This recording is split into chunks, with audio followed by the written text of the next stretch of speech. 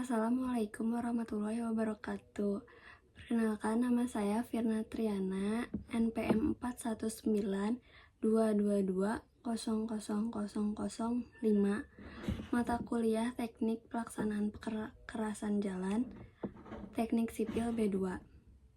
Di sini saya akan mempresentasikan kembali apa yang ada di dalam materi Teknik Perkerasan Jalan. Yang pertama, ada perkerasan komposit. Perkerasan komposit adalah kombinasi antara perkerasan kaku atau beton dan perkerasan lentur atau aspal. Untuk mendapatkan keunggulan dari kedua jenis perkerasan, biasanya perkerasan ini terdiri dari lapisan beton sebagai dasar dan lapisan aspal di atasnya untuk meningkatkan kenyamanan berkendara serta mengurangi retak reflektif pada beton. Nah, step by step proses pembuatan jalan perkerasan komposit. Yang pertama, ada pekerjaan persiapan. Nah, di pekerjaan persiapan ini yang pertama ada survei lokasi dan pengukuran untuk memastikan kondisi lapangan sesuai desain. Yang kedua, ada pembersihan lahan dari vegetasi, batu, dan material lain yang mengganggu. Ketiga, ada pembuatan drainase sementara untuk mencegah genangan air selama konstruksi. Yang keempat, ada pengadaan alat dan bahan seperti beton ready mix, aspal hot mix, besi tulangan, dan alat berat. Yang kedua, ada pekerjaan tanah atau biasa disebut subgrade preparation. Nah, di pekerjaan tanah ini yang pertama ada penggalian atau penimbunan untuk mendapatkan elevasi yang sesuai. Yang kedua ada pemadatan tanah dasar subgrade menggunakan roller atau kompaktor. Yang ketiga ada pengujian kepadatan tanah untuk memastikan kepadatan opsional. Yang keempat ada pembuatan kemiringan slope dan drainase agar air tidak mengenang di bawah perkerasan. Yang ketiga ada pembuatan lapisan pondasi base course. Yang pertama ada lapisan pondasi bawah atau biasa disebut sub base course. Lapisan pondasi bawah materialnya itu agregat kelas A atau B atau beton tanpa tulangan. Penyebaran material dan pemadatannya menggunakan roller. Yang kedua lapisan pondasi atas atau base course opsional. Jika diperlukan, digunakan lapisan beton tanpa tulangan sebagai dasar sebelum beton utama.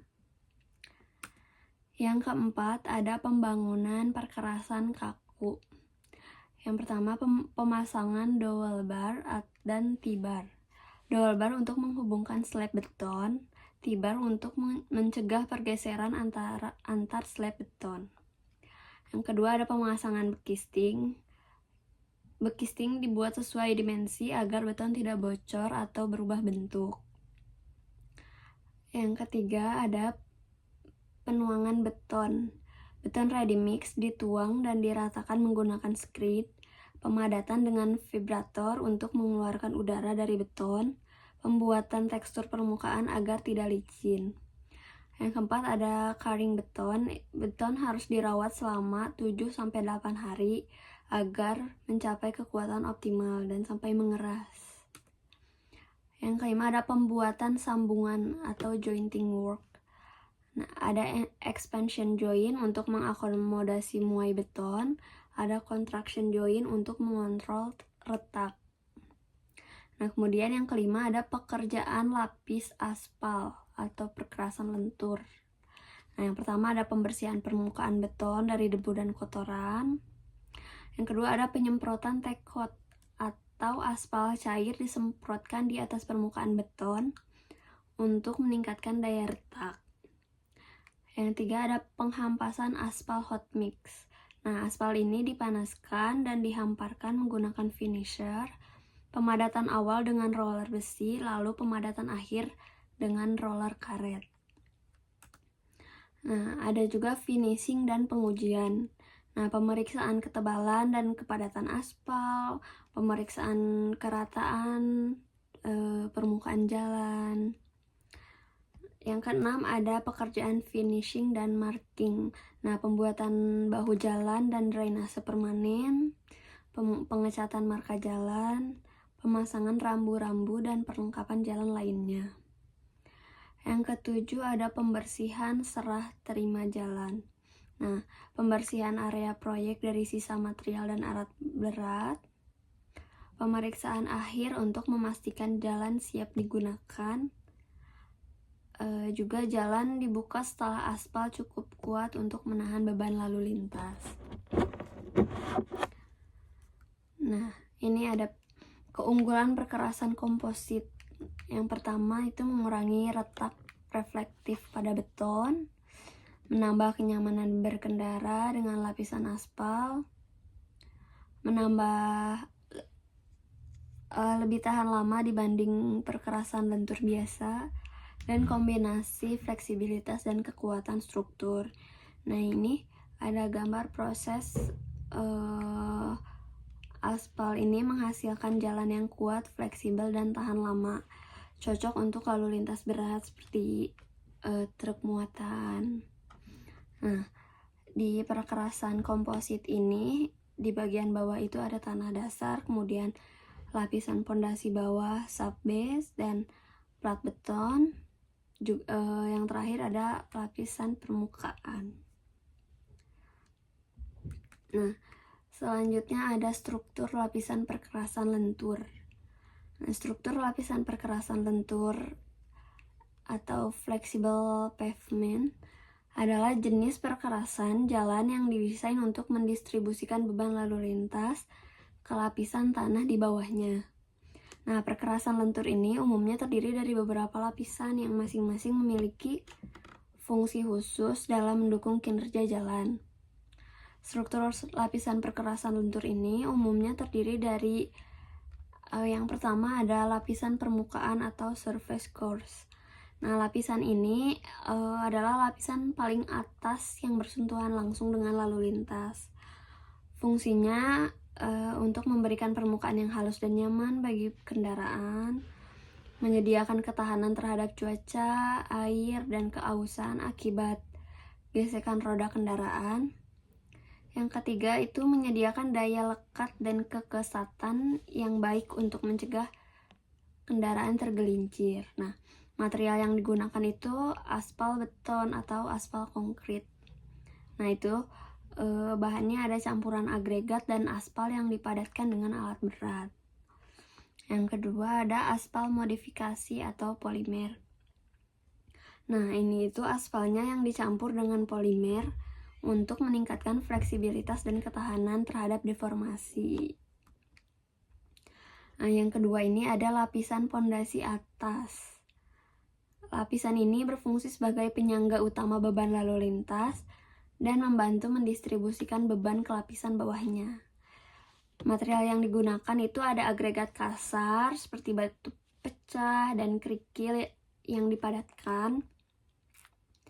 Bisa menggunakan campuran aspal dengan agregat kasar seperti makadam aspal.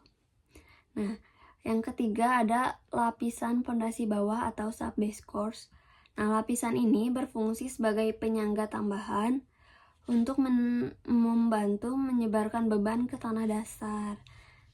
Nah, lapisan yang digunakan ini agregat kasar juga sama dengan ukuran yang lebih besar dari lapisan pondasi atas.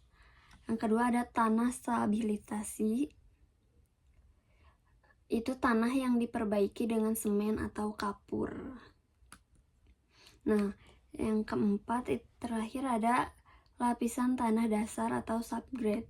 Nah, lapisan ini adalah lapisan yang paling bawah, terdiri dari tanah asli atau tanah yang telah dipadatkan. Nah, fungsi utamanya untuk menahan beban dari lapisan di atasnya. Jika tanah dasar memiliki daya dukung rendah, perlu perbaikan seperti stabilisasi tanah. Nah, kemudian ada jenis-jenis perkerasan lentur. Nah, perkerasan lentur ini dapat dibedakan berdasarkan jenis material dan metode pembangunannya.